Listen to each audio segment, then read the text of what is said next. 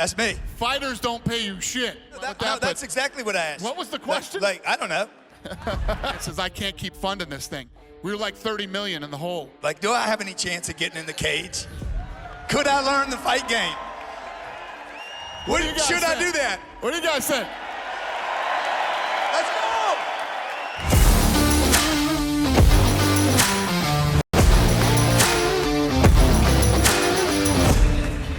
go! Ladies and gentlemen, Dana White. Thank you.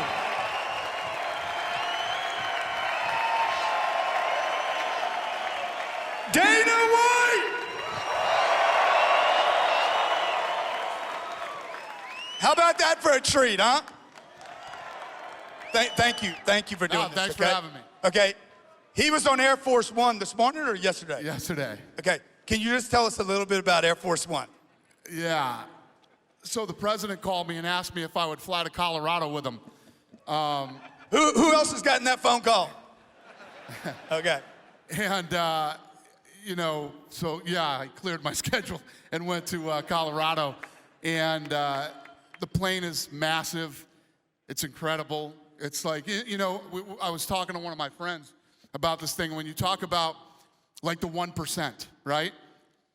A handful of people will experience in a lifetime, like a regular guy that doesn't work in the government, not in a lifetime ever in history experience what I experienced yesterday, and it was pretty cool. Yeah. So look, this guy, I want you to tell him about the bellman we were talking about in the back. I asked you, hey, what were you doing when you were 19, 20 years old? Yeah, so when I graduated high school, I didn't go to college, and I did all the odd jobs that young people do to try to survive and make it, and I ended up in a position as a bellman at a hotel in Boston called the Boston Harbor Hotel. Yeah, oh, Boston, what's up? And, you know, you get into these type of jobs, and I don't ever want to sound like I'm being negative about these type of jobs. There's lots of people that love doing that type of work, but, you know, you get everything that you think you wanted in life. You got a 401k, great benefits, you know, you make cash every day and these kind of things, but I was standing in the lobby one day, and I'm like, what the fuck am I doing here? You know what I mean? What am I doing here? This isn't me. This is not what I want for the rest of my life. I want something different. And where I've always been lucky is that I knew exactly what I wanted to do. I wanted to be in the fight business, you know? I knew what I wanted, and realistically, everybody, 99.9% of the battle is knowing what you want to do. Most people don't know what they want or what they want to do for the rest of their life or what their true passion is. And once you figure that out, things become a lot easier. So what was it about the fight game that you knew that you wanted to play in? Well, I loved everything. You wanted to make money? You wanted to make business, well, or you just wanted to fight? When you're that age, you think you want to be a fighter. Then you realize you're not good enough to be a fighter. So that's step one. But I didn't care about that. I just wanted to be in the fight business, period. So there was this kid named Peter Welsh in Boston who was like a street fighting legend there and involved in boxing. And I knew that I had to find this guy because you want to be in the fight. But look, if you want to be a doctor, there's steps. Yeah. You go to college, you go to, then you go to school. If you want to be a lawyer, there's steps. You want to be in the fight business? There's no school for that. So I sought this guy out. I found him. And I said, I know this sounds crazy, but I want to work under you and I want to learn everything about the fight business. And he said yes. So that's where it all started for me. So you blow the bellman job. Was that hard to walk away from the bellman job? No, it was actually pretty easy. You know, I had a buddy of mine who was the doorman. Dana White. He was the doorman and telling me how stupid I was to quit this job. And now he tells me, thank God you didn't listen to me. But you know. Listen to me, if you wake up in the morning and it kills you to get in the shower and put your clothes on, get in that car and drive to your job, you hate it so bad, get out. You are in the wrong place. You don't belong there. I'm telling you, you don't belong there. And you know it. You know you don't belong there. You're just scared to make that move. That move is scary. So how do you make the move? Do you put it at risk? Do I what? Like, how do you make that move then? Like, do you put it at risk? You walk out. You walk out. You walk out. Let me tell you what, when you start planning on doing something, it's like anybody in this room who has a kid. It's never the right time to have a kid. You never have enough money. It's never the right time. But then you have a baby, and it all works out. You make it work. Yeah. It's the same thing with this. When you decide, life is very short, way too short to be miserable and get up and drive to a miserable job that you hate every day. It's just, life's too short for that. Get up and go out. As long as you know what you want to do, you wake up every day grinding and just working toward that goal. So Dana White. He said, man, they might not know who I am. I'm like, bro, trust me. Okay, trust me. Everybody here knows who you are. Stop the madness. You ain't Floyd Mayweather. They ain't gonna confuse you. So look. So when you bought the UFC, can you give the history on all that? I've read some stuff about it, but like, what was happening? The UFC was like in. Yeah. So I ended up leaving Boston and coming to Vegas, and I started training people out here, started to open gyms, and doing. You were making money. What it was? Yeah, I was doing great. The last year, so I had gyms, and I was training. I would train fighters on the side, but I actually like training guys like you and housewives. You people show up, you're dedicated, and you pay. Okay, you actually pay. That's me. Fighters don't pay you shit. I don't like training fighters, but I did it on the side. And so I had a successful business. My last year, that before we bought the UFC, I'd brought in like $380,000 in training and gyms and things like that. And anybody that's in the gym you're out business, selling, you're out pitching, you're selling. I mean, how you I'm get selling packages, but I was the guy doing all the work. I did all the trainers. I had hired a couple people under me that worked under me.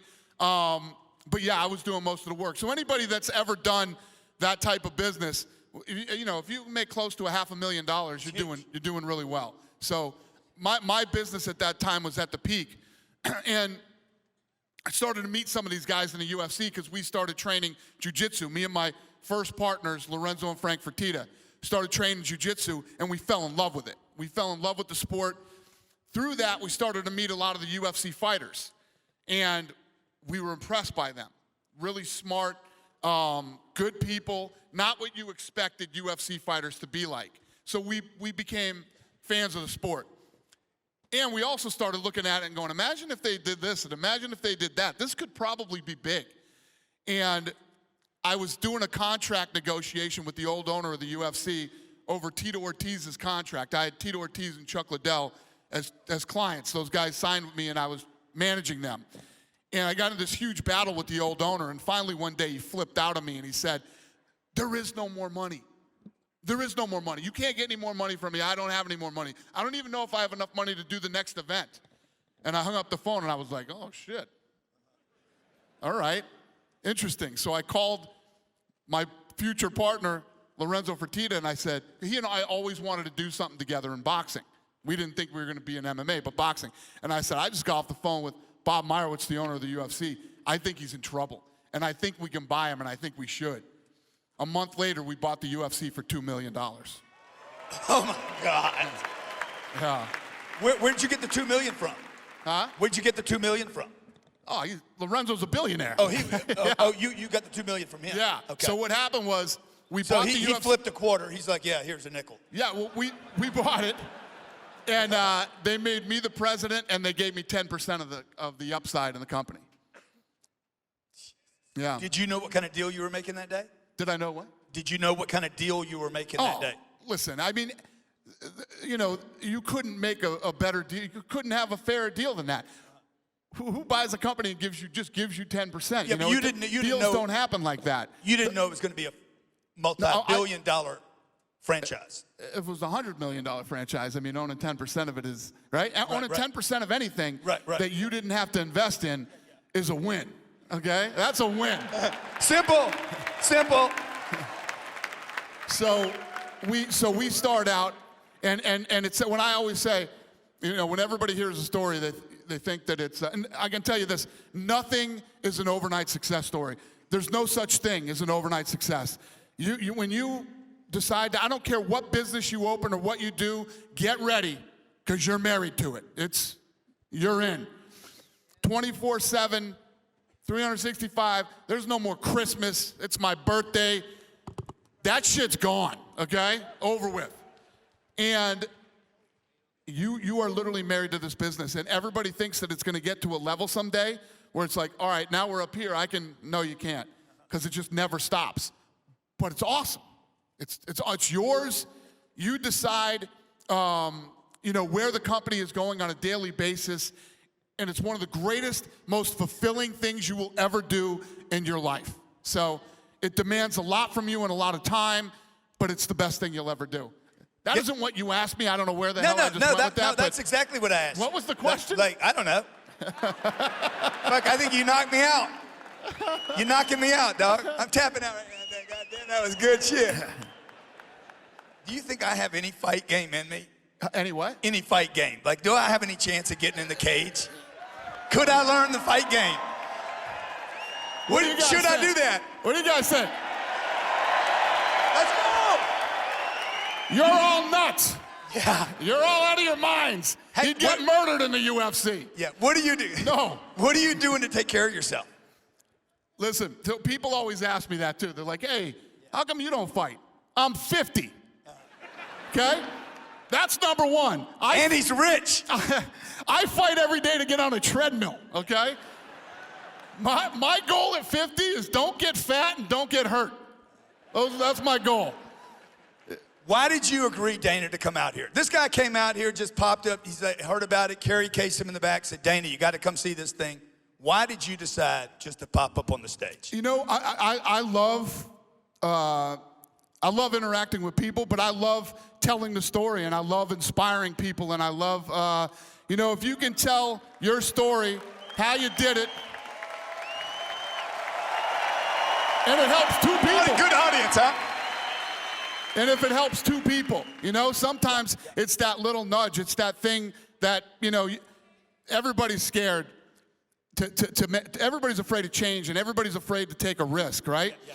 Let me tell you this story real quick. We were just talking about in the back. So we bought this thing for $2 million, right? And I'm sure many of you know the story, but for those of you that don't, we sold 4 years ago for $4.025 billion.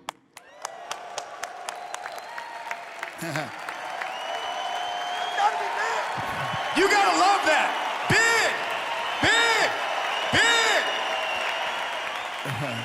So the guys, everybody that was coming in and bidding on the company, the one deal breaker was if I left. So they all wanted me to stay and continue to run the business. And I'm 50. Well, what am I gonna do? And listen, everybody dreams about vacations and retiring, and I hate 3-day weekends, okay? I hate 3-day weekends, man. If I go somewhere on vacation, I can't wait to get back to work. That's how much I love this. So there's no way that I was gonna leave anyway. So I stay. And, Ari, the guy who put the deal together to come in and buy it for $4.025 billion, leveraged everything. Now this guy, how many of you people have watched Entourage before? You know Entourage? So the character Ari, that's him. That's the guy who came in and bought it. He is as much a lunatic as he was on the show. So you can imagine, this guy came in and leveraged everything he had. He was going up against Disney. He was going up against Turner. He was going up against all these massive companies. So he went to KKR, big hedge fund group, and a lot of other people, Dell, all these guys, raised as much money as he could from then leveraged he leveraged his Hollywood agency business, right? Endeavor. He owned WME-IMG. He leveraged that, and he took every ounce of cash that he had saved throughout the years. Everything. He's shaking every account he has. You guys understand what he's saying? No matter how rich you are, when you go for it, you're gonna be grabbing everything from everywhere. Like billionaires go broke. 100%. Right. So this thing fails, he's done. He's beyond done. He's destroyed. if this thing doesn't work. Now, everything you do in your life, you know it now. It doesn't matter if you're broke, you're rich, or whatever. There's always negativity. Always negativity. My buddy, when I walked out the door, said, "You're an idiot," right? There's always negativity. It only gets worse the bigger you get, trust me. So he leverages this thing and he buys it for $4.025 billion. All the genius media people out there and all the critics, everybody are smashing him, telling him he blew it. What a bad idea. He overpaid for this thing. The UFC really isn't that big of a sport. And if it is, it's peaked. Every negative thing you can say about it, right? So he turns around, and I don't know if this isn't disclosed on how much we did, but let me just tell you this. Hey, raise your right hand and say, "I promise not to tell anybody." Yeah. Let me just tell you this. This was 4 years ago, okay? The company's worth $9 billion now.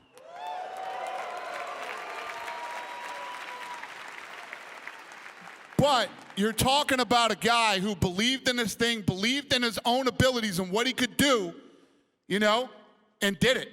And he did it. He leveraged everything he had and he did it. Those are the people that you hear about that are successful. And you want to look, and some people dismiss it and say, well, he was already rich and he was already this. No, he was that close to being smashed and being completely broke. He took a risk. He took a shot. And my point is, don't be afraid to take a shot. Whatever you do right now for a living, wherever you work, you can go back and do it. If shit doesn't work, go do that again.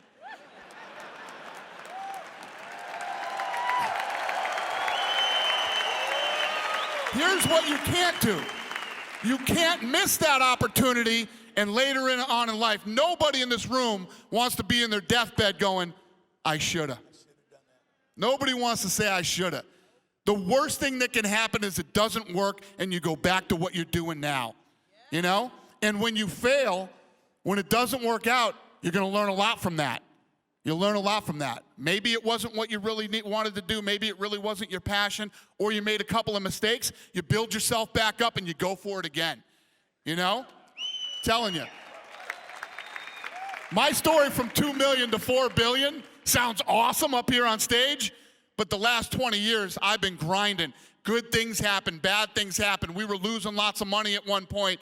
We took some shots and we made it work. You know, you have to get up and you have to keep fighting. There's a story, I'll tell if you guys don't know it, but one day, Lorenzo, the guy that put up the money to buy this thing with me, calls me one day and says, "I can't keep funding this thing." We were like 30 million in the hole after the 2 million.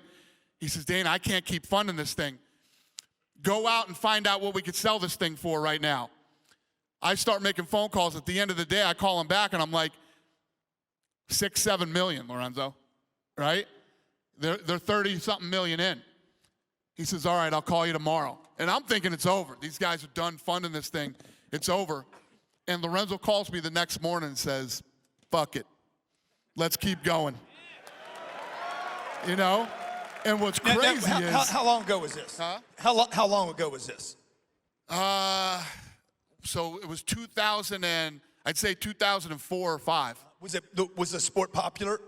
Yeah, well, then we did The Ultimate Fighter. We came up with the concept for the first season of The Ultimate Fighter, and it blew up after that. So, you know, when you get in these hard places, it forces you to think outside the box and do things.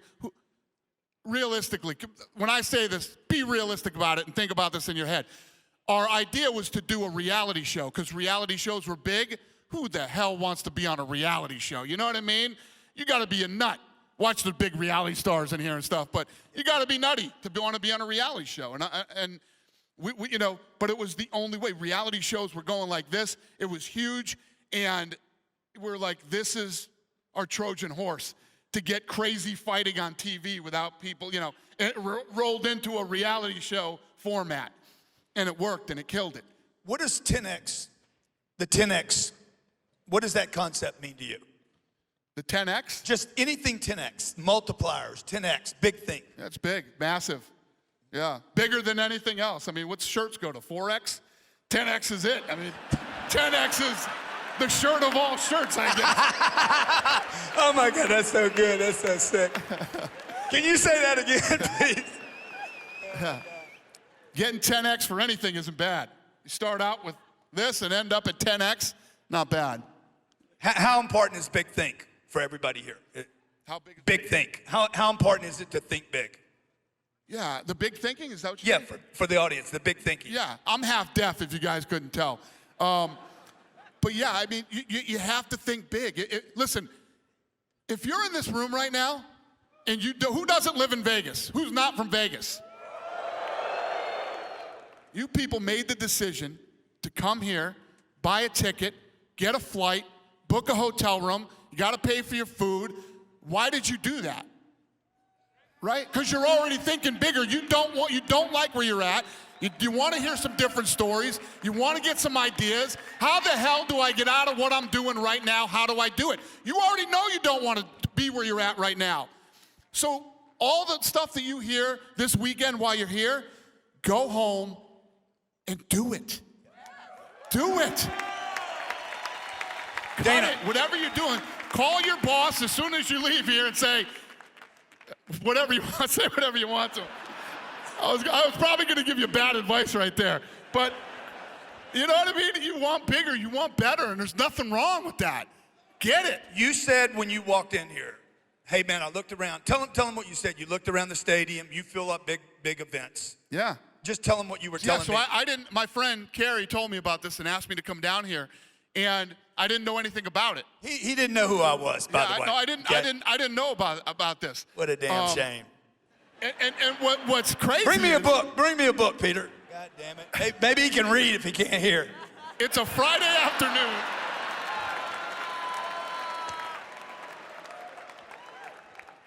All right. I will read this. So it's a Friday afternoon. This place is packed. And it's hard to get people to come in here for free. To get people to sell out an arena on a Friday afternoon, and people are here for 3 days and flew in from different parts of the world, that's pretty damn impressive. Yeah. And thank you guys. Thank you guys. I'm fascinated by these types of businesses. I love seeing this kind of stuff, you know. It's very cool. I'm one of these guys, I don't know if any of you have ever done this. I'm driving down the street, and I'll see a Taco Bell, right, or Del Taco, or whatever's in your town, right? And if you've ever eaten at Del Taco, try to spend $20 at Del Taco, okay? And if you do, you can't eat it. You can't eat that much food you get at Del Taco. And I think about, what did it cost to build this place? Employees, just the air conditioning, medical, all these things, and the food is $1. How does that place exist? How does that stay open? I can't wrap my head. I always look at different places and try to wrap my head around the business side of it. This is phenomenal. This is phenomenal. Very cool. Because what he said was, he said, the first thing I do is I look around, he's like, this place is packed on a Friday. And the second question he had was, what does it cost? How much are tickets? What did they pay to come here? Yeah. So have you always been that, have you always had that mind, that financial? I'm always fascinated by people's businesses. I like looking at what they do. I'll drive through some towns. We'll be in some town for a fight, and I'm like, how the hell does that guy stay open? I mean, the guy sews buttons on pants or something, you know? They always have some weird businesses in town. I'm like, how the hell does that guy survive? Dana, lastly, okay, we really, really appreciate you being here, okay? I mean, I can't thank you enough. No, pleasure, thank you. They love you, man. They love you, dude. You should be a motivational speaker. How important is money? All right. You guys are going to call bullshit on this answer, but I'm telling you it's the truth when it comes to me. I've never been in it for the money. I've never been in it for the money. Money was never my motivator. When I walked out of that, especially when I walked out of there, if money was my motivator, I stay at the bellman job, right? And I've always believed that when you do what you love and when you do what you're passionate about and you do it the best of your abilities, money just happens. Money's part of what comes along with all of it, right? And money is a tool to have fun. And I think you're fucked up if you look at it any other way. You know what I mean? There are people who obsess over money. You know what I mean? Money, If you are a miserable person, trust me when I tell you this. If you are a miserable person, the misery you will have when you get money will be 1,000 times worse. There's a ton of different things that come along when you have money. And if you are an unhappy, miserable person, it will not fix it. It won't make you happy. It will make it worse.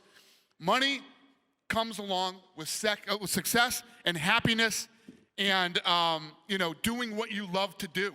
And when you love what you do, you should jump out of bed every day and go, here we go. God damn, it's a good day. Let's do this. The UFC wouldn't be alive without money, right? Right. I mean, you weren't that critical. Listen, there's a lot of good things about money, too.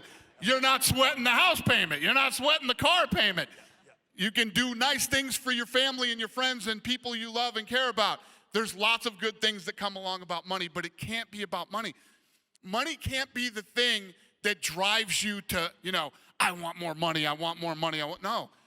You have to look at your business and say, I want to grow my business. I want to make my business better. I want to expand over here. I believe that this can work. It's all about the business. And when you think that way about your business, money happens. It happens. It comes. Ladies and gentlemen, Dana White. Thank you. Come on.